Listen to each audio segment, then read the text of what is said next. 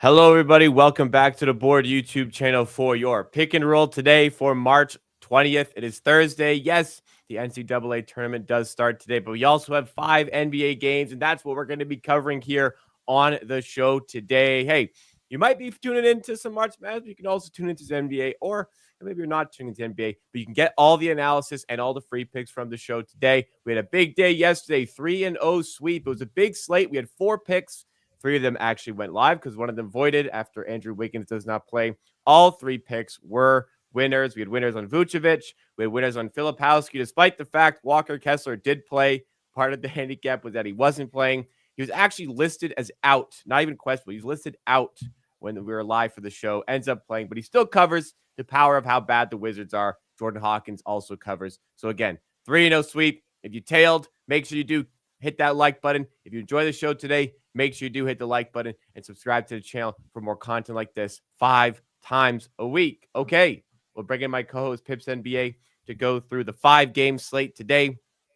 And we'll start off with the Brooklyn Nets, who are away at the Indiana Pacers. The Pacers have had the luxury of being able to rest some players lately. Halliburton didn't play yesterday. Do you think he is a go for today, seeing it his second night and he's missed the last 2 games? He could be, yeah. I could see it happen. So yeah. Overall, the game. This is one tough for the Pacers. Just the matchup is. Let me just check who is playing for the Nets. D'Angelo Russell, Keon Johnson, Zaire, Noah Clowney, Claxton. Yeah, the Cam Johnson is out and Cam Thomas is out for the season. They have some decent players on the roster, so could be a game with Halliburton sits. Yeah, but no bets for this one. Yeah. All right. Bit of a tough one with Brooklyn as of late. We can go to the next game here on the FanDuel screen. The Knicks are away at the Charlotte Hornets. We've had some big games lately from Karl Anthony Towns. Maybe not the biggest of results lately for the Knicks, who aren't really scaring teams, I guess, going to the playoffs. But yeah, the Knicks lost by 15 to the Spurs yesterday. They have found it very difficult to navigate the time without Jalen Brunson. Do you think they're able to put it right today? Yeah, they played horrible last night. Had big issues with some overall Losing handling. by 15 to a horrendous San Antonio Spurs team. Yeah, that's not a good look. Yeah, definitely. Uh, I don't know who steps up. Towns scored pretty well in all the games. Uh, do we go this route? I'm looking at one play and I'm not proud of looking at it. Let's see. What Yeah, is it? Bridges? yeah. The numbers again without uh, No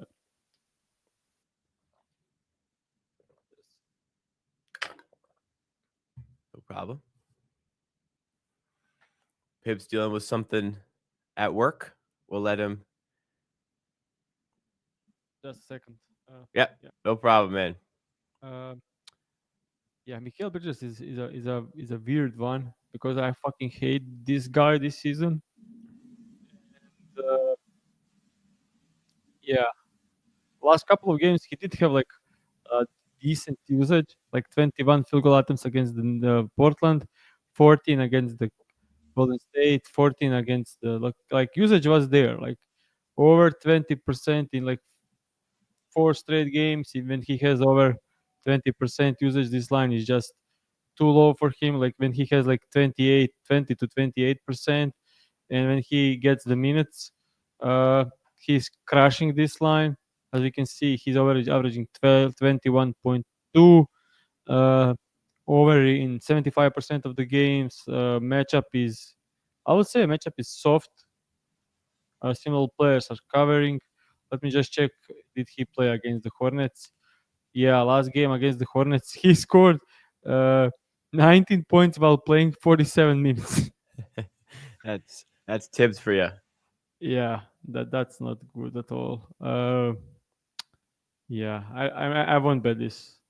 Nah, I won't bet this. He stayed under against the Spurs last game. Yeah, All right. yeah. No bets for me as well. Here, like No. tough slate today. I'll be honest. Not much I like. Actually, I don't like almost anything. But we'll have one bet. Okay. Before we get there, we interrupt to give a shout out to FanDuel Sportsbook, our presenting sponsor here on the board YouTube channel, because the action is always available to play, whether it's pre-game, whether it's early in the day, or whether it is during the game, because FanDuel is your home for NBA live betting, and they are America's #1 sportsbook. So even if you missed the first few minutes of the game or want to bet on a fourth quarter comeback, you can make your bet from the first whistle until the final buzzer. Plus, you can even combine your live bets into a same game parlay for a shot at a bigger payout. So however you want to play, now is the perfect time to join, because new FanDuel customers get started with $200 in bonus bets if your first $5 bet wins.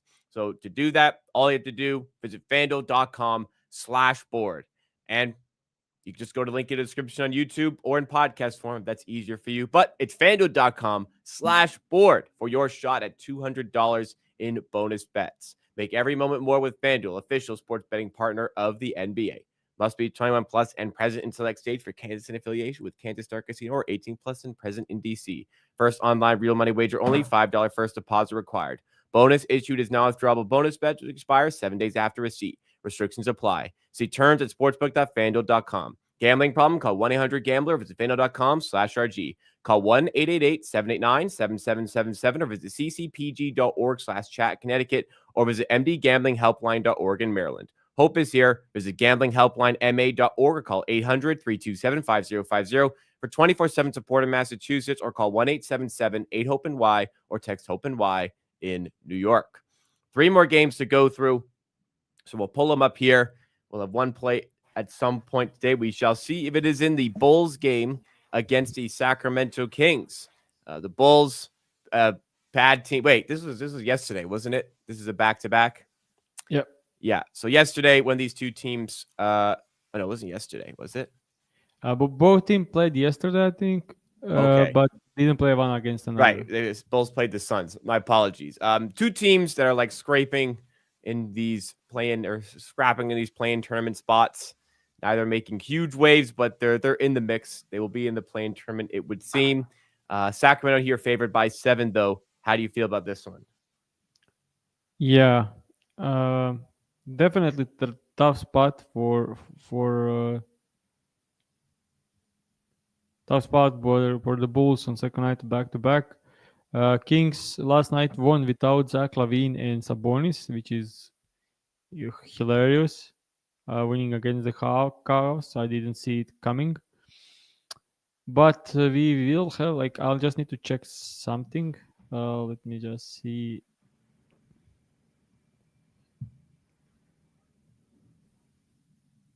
Yeah. We'll have half a unit on same game parlay on this one. I'm going to bet Kevin Huerter over 2.5 threes. 2.5. And let's see if there's a 3 line, which is better. It is. Okay. 3+ instead. And Trey Jones 6+ assists. Okay. Back to Trey Jones. 6+ assists. Gives us plus 207 odds. And we're going to go half a unit here. Yeah. So the thing is, Gide just returned and played last night, and he could sit tonight. If Gide is out, this is amazing bet. If Gide is in, I still think this is like a good bet. That because Gide went off the bench last night, I think, and Trey Jones had as a starter, as a leading playmaker, had 9 assists, so it didn't affect his assist at all. Kings are extremely soft matchup for the assists. I'll show you on the props madness. Just like first off, Kevin Huerter since the All-Star break. Looking at his threes, he covered in 9 out of the 12, averaging 3.3 a game. If we exclude the teams who don't allow threes, like top 7 in threes allowed, he's actually covered in 8 out of the not last 9. Kings allow above average threes, and they allow the most spot up points in the league. Also, they allow third most above the break threes, where we can see that Huerta scores 46% of his points and most of his threes. That's for Huerta. Like it's actually, so he covered against the Suns, against the Clippers, which is a difficult matchup, against the Knicks, which is a difficult matchup, 4 against the Raptors, Jazz, Pacers, and or the rest are not difficult matchups. But yeah, then we go to the Trey Jones and looking up at the last, I think 8 games for even further, like last nine games in March. Trey Jones averaging 7 assists a game and covered this in 7 out of the 9. Last night had 9 on 12 potential assists against the Suns. Against Utah Jazz had 12 assists on 22 potential assists. Then two difficult matchup for assists against the Nets and the Rockets, and he still covered. So he is kind of getting the keys of the offense. And Kings allow the 10th most assist, and they allow third most to his most assist zone, which is above the break threes. So yeah, even with Gide, I think this is a good look. But if Gide is out, which is a strong chance, this then becomes amazing bet.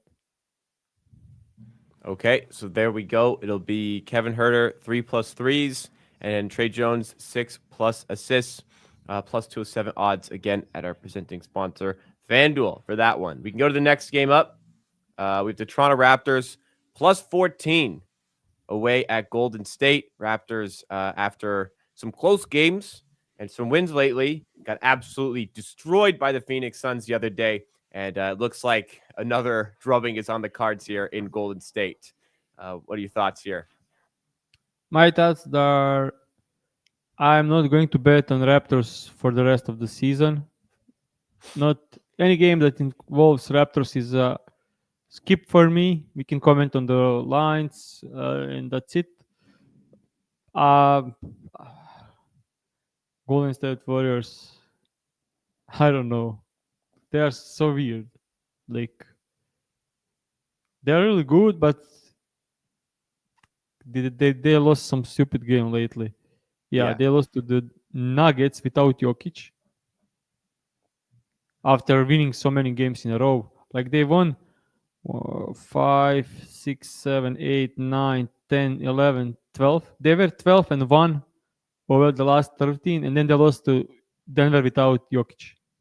The same Denver thing that got blown out by the Lakers. Like weird part of the season. Yeah, I do think they should run away pretty easily against your Raptors. Yeah, I would agree. Impossible right now to predict minutes for the Raptors. Some games they'll leave the starters in for the fourth quarter. Some games they'll take them out. Never really know which players are going to suit up on a night-to-night basis. So, yeah, I can see the difficulties in trying to predict on that one. Variance kind of helps with sports betting, but I think there's at a point maybe like too much with the Raptors, if that makes sense. So understand the complications. Last game up, the Milwaukee Bucks are away at the Los Angeles Lakers after that impressive win that you mentioned yesterday against the Denver Nuggets, winning by 12 in that one. This one here today, how do you think they will fare in LA? Yeah, um, tough one. When short-handed team gets on back-to-back, I do think this should be a win for the Bucks. And feeling, I don't usually feel confident about who is going to win an NBA game, but I do. I am pretty confident about this. I don't know how they can compete with. Last time we had Doncic scoring 45 points, killing the everything. Austin Reeves and Doncic combined for like uh, 73 points on 55% from the field, 55% from threes, and they lost by 20. I just don't see it for the Lakers. I actually don't know why the spread is only 3.5, considering they are on back to back. So you would Yeah, lean in the I'm, direction of I'm, the Bucks here. yeah, I don't understand this at all. Let me just check. Like Bucks lost last game and this against the Golden State without Steph, I think, and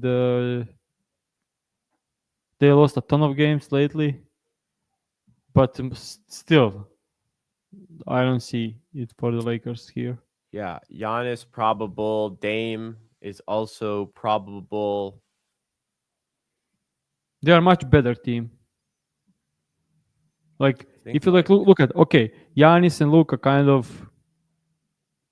even out. Damian Lillard then is better than Austin Reeves, and then you look at okay, all wait, the like Austin Reeves pretty good lately. yeah. I mean Austin Reeves I mean, is I'm joking. playing I'm really joking. I'm joking. But yeah. Austin Reeves like this season he like yeah he's playing really good. But yeah, of course Dame is like much better. And then you look like Brook Lopez, Jackson Hayes. It's easy. Dorian Prince and I don't know Dorian Finney-Smith. I would even say Dorian Finney-Smith in that matchup.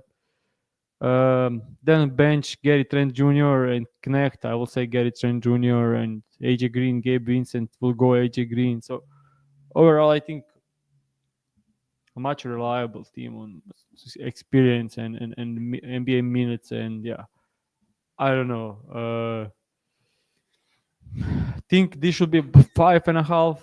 I said the same thing about the Houston Rockets, uh, and they comfortable win. mhm. We said you agreed on the Yep. on the Yep. Lakers. Yeah. I don't know. Maybe I let me just uh, maybe something like the thing when we bet uh, Bucks when we bet Trae Young like Bucks and Giannis 25 plus maybe the price is correlation is involved so you don't end up with a good price. Yeah. Yeah. Yeah. Yeah, so no bet for this one, but I have a lean onto Bucks covering.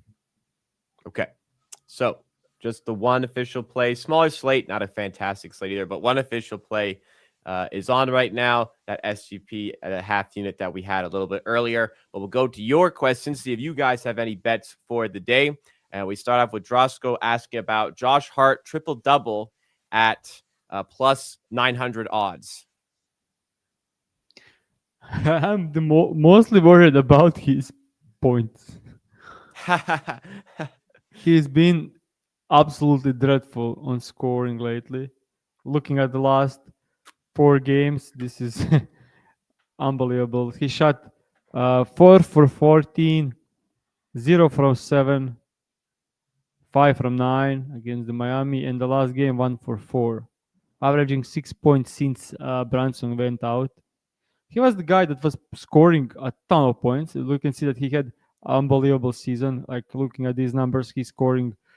Yeah, he was scoring double digit points like very consistently because he is the guy most profiting for the attention that goes to the Jalen Brunson. Without Jalen Brunson, you can see that he can score. Assist wise, he's hit 7 plus in all 4. Rebounds wise, 7 plus in all 4. Uh, what's the price for him to hit triple double? Plus 900, it says here. Let me see what's Yeah, available. does he hit it every one out of the Yeah, 10? 950. Probably. Well, actually, plus 1150 if you're allowed to bet that, but plus 950 in the more real world. Yeah, I could see like that. That's a fun bet. So sure.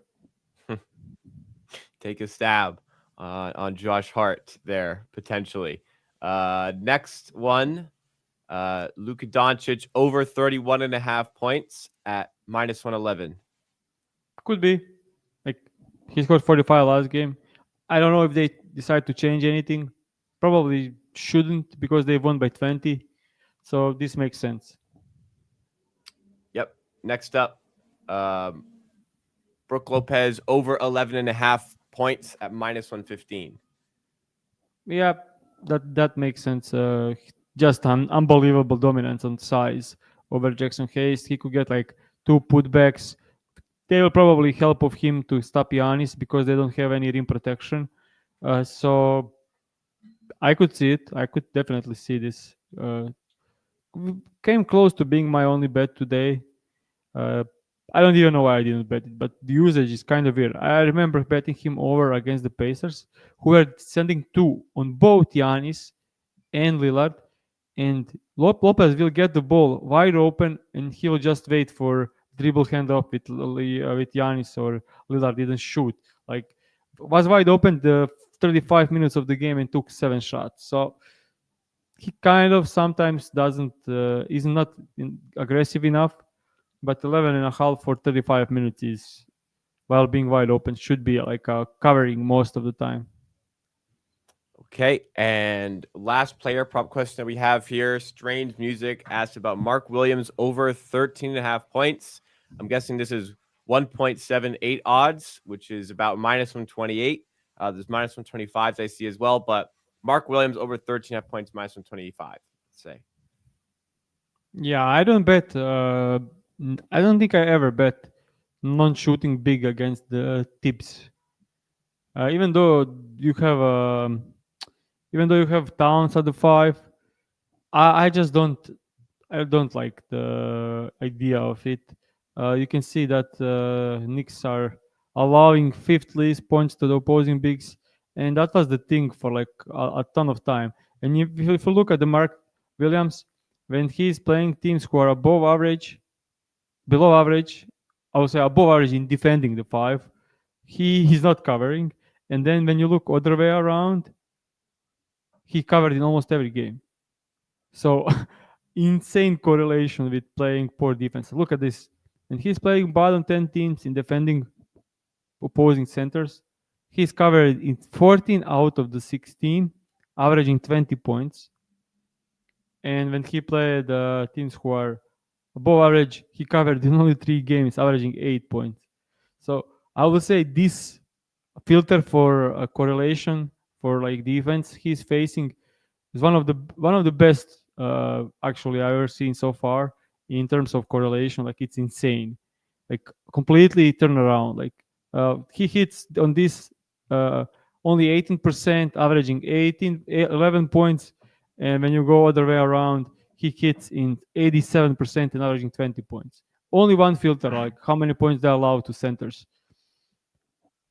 Unbelievable. And now he's playing a team that doesn't allow points. So yeah, tough matchup for Mark. I will stay away, especially at that price.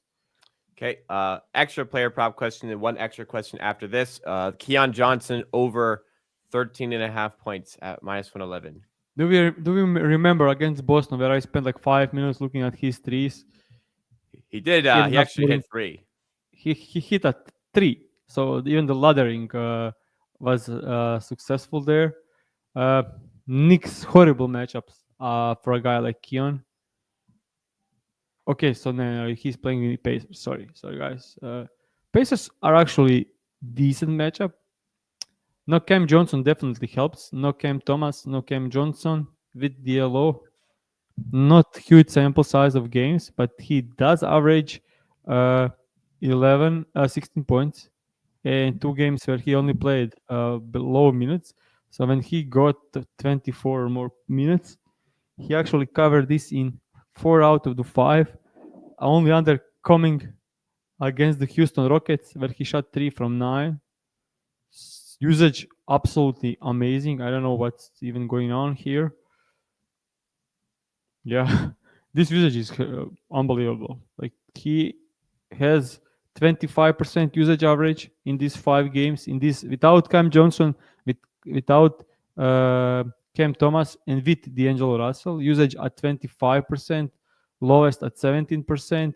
if you take a look when he has between 17 and 35% usage, and when he's playing between, I would say, like 24 plus minutes, maybe even 25, he's covered this in 62% of the games and averaging 15.7 points.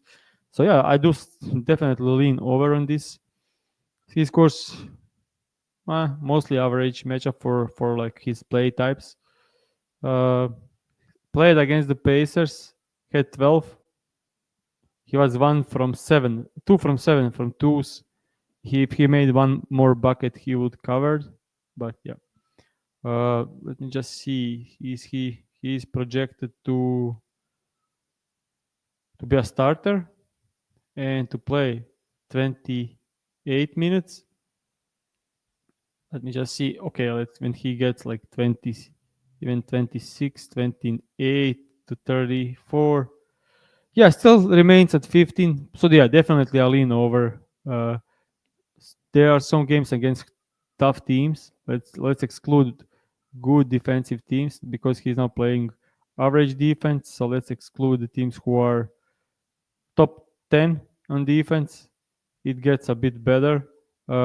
He hits in 7 out of 11, averaging 16 points. In the games where he stayed under, there was game where he like 3 from 8, 4 from 10, 3 for 14. So usage was there, efficiency wasn't. So yeah, staying with the lean over. Okay. Last question, a bit of a loaded one, but AJ Walker wants to know how long you spend researching, including things like film and other research beyond props madness, so not props madness, but your process for researching plays. Not sure how you want to answer, but maybe take a shot at it.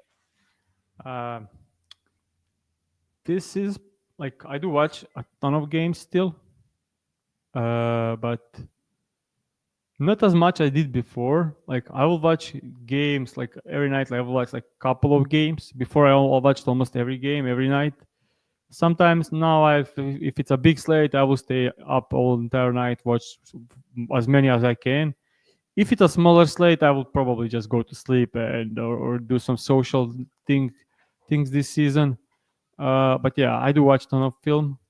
Um, so if you were watching a game and you see like some guys are helping off the corner, if you go to the props madness, you'll probably see that in the data that they allow a ton of from the corners. So eye test and data usually goes hand in hand. Like it usually just confirms stuff. If you're watching Knicks, they don't help on pick and roll ball handlers anytime, and then you check the data, they allow the most points to pick and roll ball handler. Like it you can do really well with props madness without watching games, but yeah, that helps. And me watching games helped me learn a lot about the game, so I knew how to shape props madness. So you can win without watching the games. But yeah, I will first when I'm starting, I'll first go to the slate and see the injury reports, and then I will go to the lineups, and then I'll see projected minutes for every player. And yeah, first thing when you are betting, you need to see how many minutes this player is supposed to play. Like that's a first like most important thing, and then see how he performs like uh, points per minute, and then to get to some number, and then adjust after looking at the matchup. Like if he is usually averaging, let's say he's starting playing 36 minutes and usually average like 20 points per 36 minutes. And then you see, okay, one couple of players are out, so his usage will be higher. The matchup is great. So you can probably project like 23 or 24 points per 36 minutes. And then you see a line that it's 20 and a half because that's his average per 36.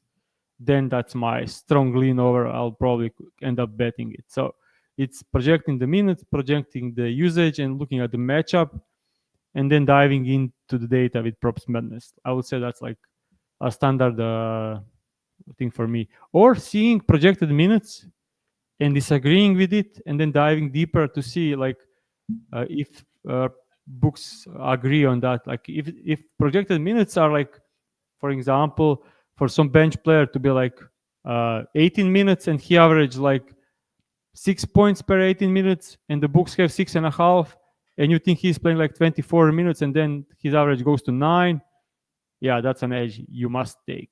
So yeah, mostly like minutes and projecting everything and then going off of it. All right, so hopefully a good answer to the question there.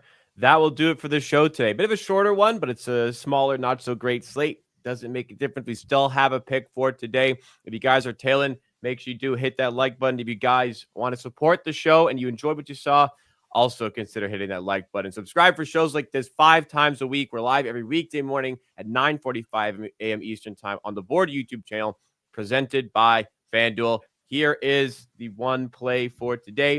It is a half unit SGP in the Bulls and Kings game. It's going to be Kevin Huerter, 3+ threes, and Trey Jones, 6+ assists. Again, plus 207 at our presenting sponsor, the FanDuel Sportsbook. Thanks so much, everybody, again, for tuning in. We'll be back tomorrow. Hopefully, another winning day and another good week in the show, but it's a much bigger slate for Friday, so we hope to see you there.